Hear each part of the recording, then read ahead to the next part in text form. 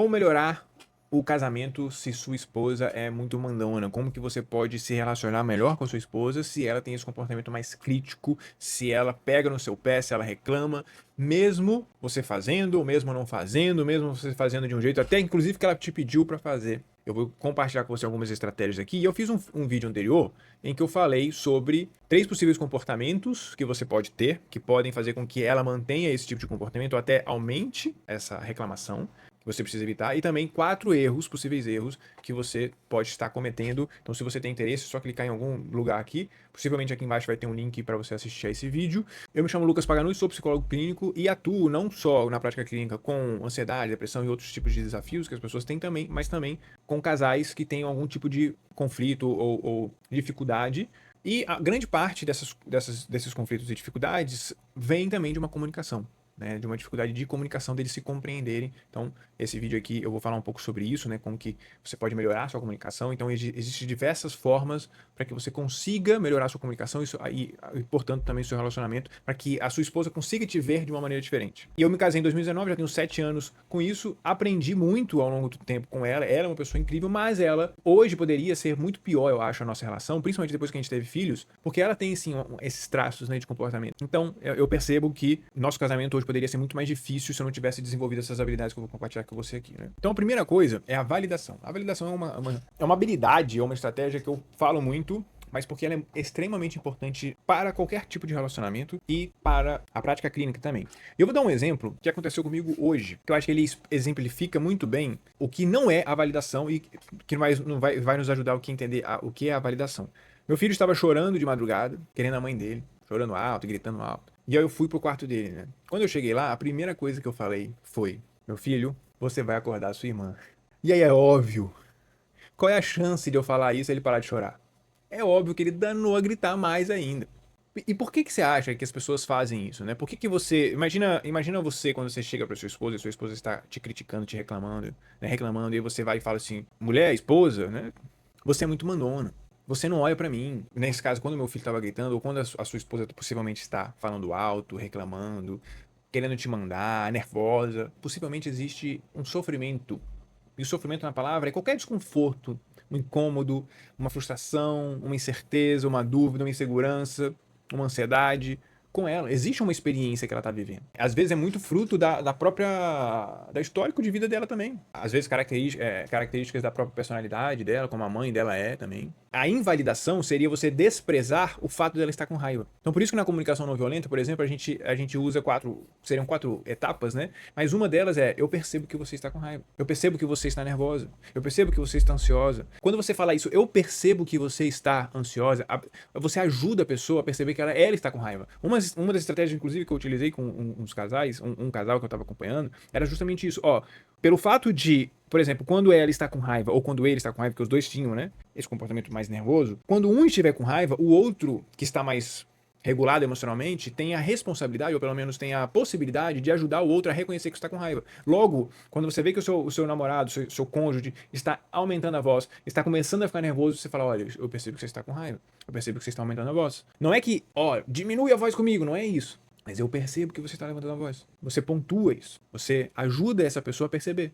É claro que uma conversa é necessária, uma conversa prévia, né, para vocês entenderem. Houve um acordo que nós não vamos levantar a voz, e um vai ajudar o outro a perceber isso. E quando nós percebemos que estamos levantando a voz, nós vamos respirar, nós vamos, né, então há um acordo aí que precisa ser feito anteriormente para que essa estratégia funcione. Mas uma das formas é essa. Então perceba que a validação é exatamente isso: é você querer ouvi-la, entender o que está acontecendo com ela. O que está a chateando? O que está deixando ela nervosa desse jeito? Não é tipo: ei, você tá nervosa. Ei, fala mais baixo. Não grita assim comigo. Lá vem você de novo. Sabe, todas essas são formas de invalidar aquilo que ela está sentindo.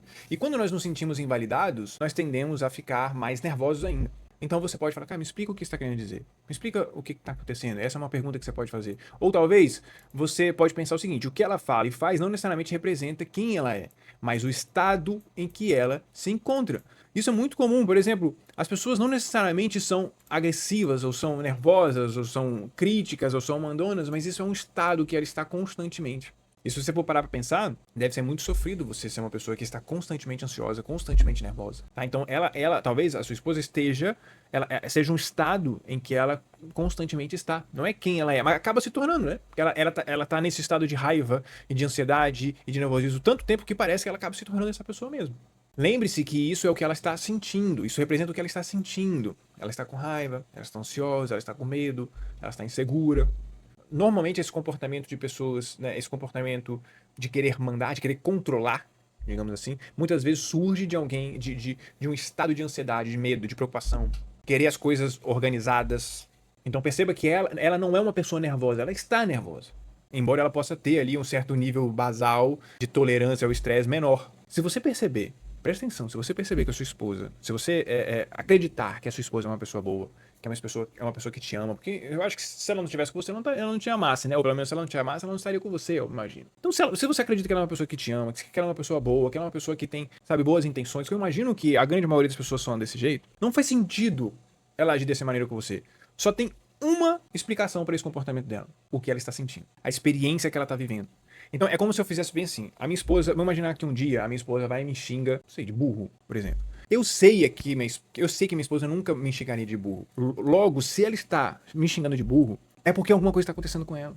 E eu preciso saber o que é que está acontecendo com você. Eu preciso, sabe, me interessar por essa experiência que ela está vivendo.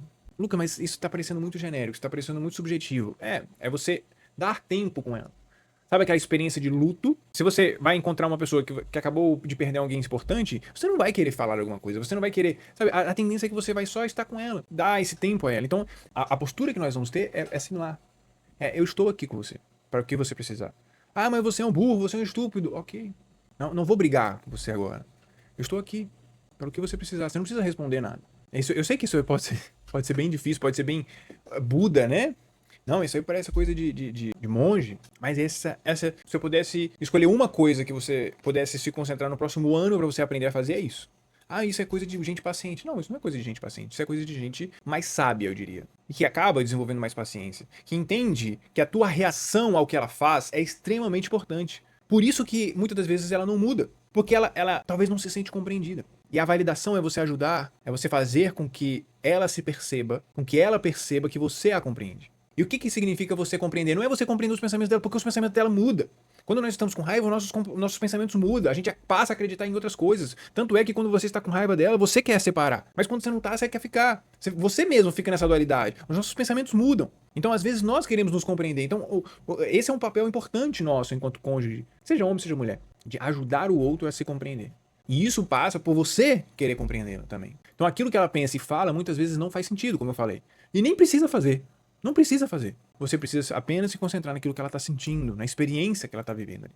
Porque possivelmente tudo que ela está falando é proveniente, é resultado desse sentimento, dessa experiência que ela se encontra, de uma necessidade não atendida. O Marshall Rosenberg, criador da comunicação não violenta, que eu vou citar ela aqui à frente, ele diz que todo comportamento agressivo é uma medida desesperada para atender uma necessidade não atendida. Então ela talvez tenha uma necessidade de controle, eu acho pouco provável, mas eu acho que uma necessidade de segurança. No fundo, talvez o comportamento da sua esposa pode refletir apenas uma constante insegurança. Talvez se você conhecer um pouco mais da história, talvez até você conheça um poupouco mais da história da sua esposa, você vai ver que existia muita insegurança, muita incerteza, talvez muita cobrança, talvez muita crítica, e ela precisou ser rígida. Ela talvez surge num ambiente em que a organização, a ordem é extremamente importante, né? Que são contextos muito diferentes, talvez, do seu, né? Logo, ela vai desenvolver comportamentos e formas de pensar sobre o mundo diferentes. Segundo a estratégia da comunicação não violenta, eu acabei de citar o Marshall, né? Eu tenho 2 vídeos aqui no canal em que eu falo sobre a comunicação não violenta. Na verdade, são 2 aulas, verdadeiras aulas, até quase que um curso explicando as 4 grandes características da comunicação não violenta. Mas se eu pudesse resumir em uma coisa, seria evitar esses julgamentos e conseguir demonstrar através da sua fala que você se importa com ela, que você quer ajudá-la, que você quer ajudar com que ela lide melhor com aquele sentimento que ela está sentindo e que você quer que ela seja feliz. Você quer ajudá-la a se sentir bem e feliz e cuidada, algo nesse sentido, né? A comunicação não violenta tem muito essa capacidade. Inclusive, eu vou falar mais aqui à frente também, eu tenho um programa de desenvolvimento de habilidades de comunicação para homens casados, né? Em que eu uno a psicoterapia com estratégias de comunicação para que você consiga implementar essas estratégias de comunicação no seu casamento, em que uma dos pilares é a comunicação não violenta. Então, se você conseguir fazer com que a sua esposa compreenda e entenda que você está disposto a fazer o que for necessário para que ela seja feliz, para que ela se sinta bem, mesmo que ela esteja te atacando, sabe? Você não quer amá-la, e isso é um ponto interessante, você não quer demonstrar amor a ela só porque ela te faz bem, só porque ela te trata bem, só porque ela te respeita, sabe? Mas você quer amá-la independente disso. E aí você vai ter maior capacidade de mudar o comportamento dela, né? E aí você vai ter maior capacidade de influenciar, pelo menos, essa mudança nela. E talvez, no mínimo, ela começar a valorizar mais a sua companhia, porque afinal de contas, você é uma pessoa que compreende, que ajuda, que ela estando no seu lado, ela consegue ficar mais serena, mais emocionalmente regulada. Então, comentei, né, sobre o programa. Se você quer saber mais sobre esse programa, é só clicar no link aqui abaixo, vai ter um link aqui abaixo para você falar diretamente comigo no WhatsApp e aí eu poder te explicar como é que funciona, como é que funcionaria no seu contexto.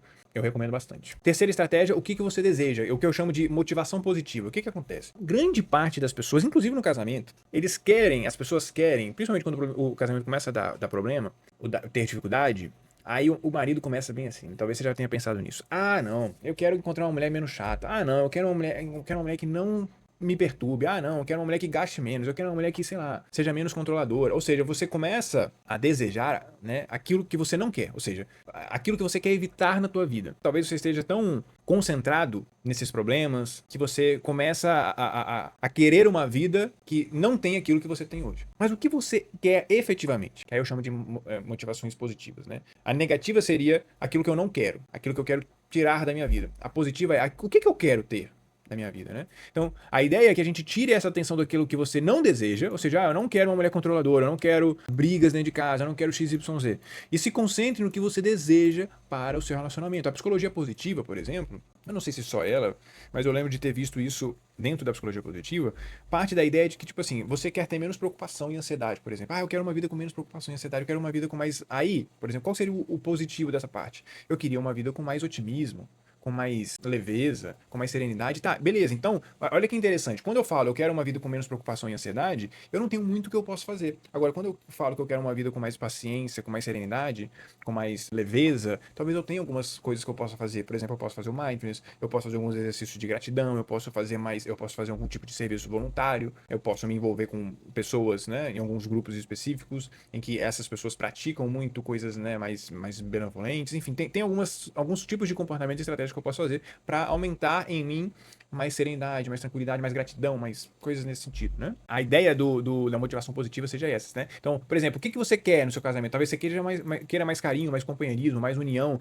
mais trabalho em equipe, mais compreensão, sabe? Então, tudo isso a gente consegue trabalhar, a gente consegue desenvolver, a gente consegue pensar em formas de você colocar isso. Agora, eu quero um relacionamento que não tenha brigas, sabe? Assim, é mais difícil a gente pensar em uma solução para isso. É mais interessante a gente pensar na parte positiva, né? O que eu quero? Porque aí aquilo que você quer, você vai lá e faz. Aquilo que você não quer, você vai evitar. Se o seu casamento tem brigas, o que vai acontecer? E aqui é a parte mais importante. Se você quer um casamento sem brigas e dentro do seu casamento ainda tem brigas, sabe? Quando tiver brigas, o que você vai acontecer? Você vai fugir, você vai pensar em separar, você vai pensar em trair. Então, se concentre naquilo que você quer, tá? Porque aí você vai pensar em estratégias, pensar no que você pode fazer para ter aquilo no seu relacionamento. E busque mudar, que é a última estratégia aqui, ou seja, mostre que você quer melhorar, que você quer contribuir para sua família, tá? Que você está disposto. Por exemplo, teve um casal que eu atendi que foi bem interessante, né? A esposa ela talvez tivesse alguns comportamentos mais agressivos com o marido, ela fosse mais nervosa e tal. E o marido estava meio perdido, não sabia o que fazer. E aí ele propôs, vamos fazer uma terapia de casal então. Então ele buscou essa mudança, né, para que não acabasse em casamento, em separação e divórcio. Então ele mostrou que ele estava interessado, ele mostrou que ele queria melhorar, ele mostrou que ele queria fazer o que tivesse que ser feito, né? Isso é extremamente importante, né? Para que a sua esposa entenda que você quer melhorar, né, também. Mas isso acaba influenciando, fazendo com que ela desenvolva esse desejo de mudar também. Aí tem aquela famosa frase do Mahatma Gandhi, né? Que é seja a mudança que você quer ver no mundo. Então a ideia é isso, é que você busque mudar, busque melhorar. Também não adianta você ficar apontando o dedo para ela e você tem tido poucas mudanças, né? E assumindo as responsabilidades. Então algumas coisas que são importantes também, né, nesse processo de mudança, é às vezes você reconhecer erros. Eu tô falando aqui de reconhecer erros porque isso é uma característica muito comum. Muitas pessoas têm dificuldade de reconhecer erros, falam, não, mas eu não errei, é porque você tenta justificar os seus erros. Então esse é um outro erro que você pode evitar, né? É importante você reconhecer, até porque quando a gente reconhece erros, a gente tende a aprender com eles. Quando a gente não os reconhece, a gente tende a perder oportunidades de melhoria, né? Como que a gente poderia melhorar para a gente poder ter isso aqui, ó, na nossa família, entendeu? Se você em algum momento falou mais alto, você está diminuindo a chance de você ter um ambiente com mais compreensão, com mais carinho, com mais companheirismo, né? Então você errou de certa maneira. Ah, mas ela gritou comigo. Sim, mas você está alimentando o erro, certo? Assuma responsabilidades, né? Ou seja, pô, eu quero um ambiente com mais carinho, com mais companheirismo, então você precisa ser essa mudança que você quer ver. Não é porque ela tá gritando com você que você vai começar a gritar também. Ah, Lucas, mas isso é muito difícil. Ok, mas tudo vai iniciar a partir do momento que você tomar essa decisão, a partir do momento que você perceber que esse é o caminho, que você tiver motivação para isso, porque aí as coisas vão começar a fluir. Pode acreditar nisso. Né? Mas o primeiro passo é você ter essa motivação, você entender que, pô, beleza, se eu fizer isso aqui, as chances de eu ter uma melhora no meu relacionamento é grande. Logo eu vou me concentrar nisso, logo eu vou. Aí você acaba tendo mais motivação para fazer algumas coisas e aí no caminho você vai começando a perceber que é possível. Só complementando aqui em relação ao programa de desenvolvimento de habilidade de comunicação para homens, né? Se você assistiu até aqui, talvez faça sentido para você. Então eu te recomendo clicar no link aqui embaixo para a gente conversar. São 12 semanas. E 6 encontros individuais, né, online, para que você possa aprender as principais técnicas de comunicação para você poder aplicar, né? Não necessariamente você vai precisar aplicar todas, né, mas algumas específicas para você começar a aplicar no seu relacionamento e começar a ver resultados práticos na sua vida, na sua vida e no seu relacionamento, principalmente. Então eu recomendo bastante você clicar no link aqui abaixo para que a gente possa conversar e eu te explicar como que funciona esse programa, quais são as habilidades, como é que ele aplicaria no seu contexto, né? Inclusive me disponibilizo aqui, se você quiser, para conversar com você por telefone, por ligação, gratuitamente, para te explicar como é que funcionaria para o seu casamento. Ah, Lucas, mas meu casamento eu acho que não tem jeito mesmo. Não tem jeito, o único jeito é ou ficar desse jeito ou a gente separa. Então, como eu não quero separar, eu vou continuar. Se você acha que não tem jeito, eu quero poder te explicar, né? Ou pelo menos tentar te convencer que existe jeito sim, que existe estratégia sim para você melhorar a sua comunicação e melhorar o seu relacionamento. Se fez sentido, compartilha esse vídeo, comenta aqui, manda para alguém, ou curte, ou segue também o canal, porque a gente vai ter outros vídeos aqui sobre relacionamentos também, né? Para homens, melhorar a sua comunicação, o seu relacionamento, mas não só sobre isso, sobre outros temas também de desenvolvimento pessoal e psicologia.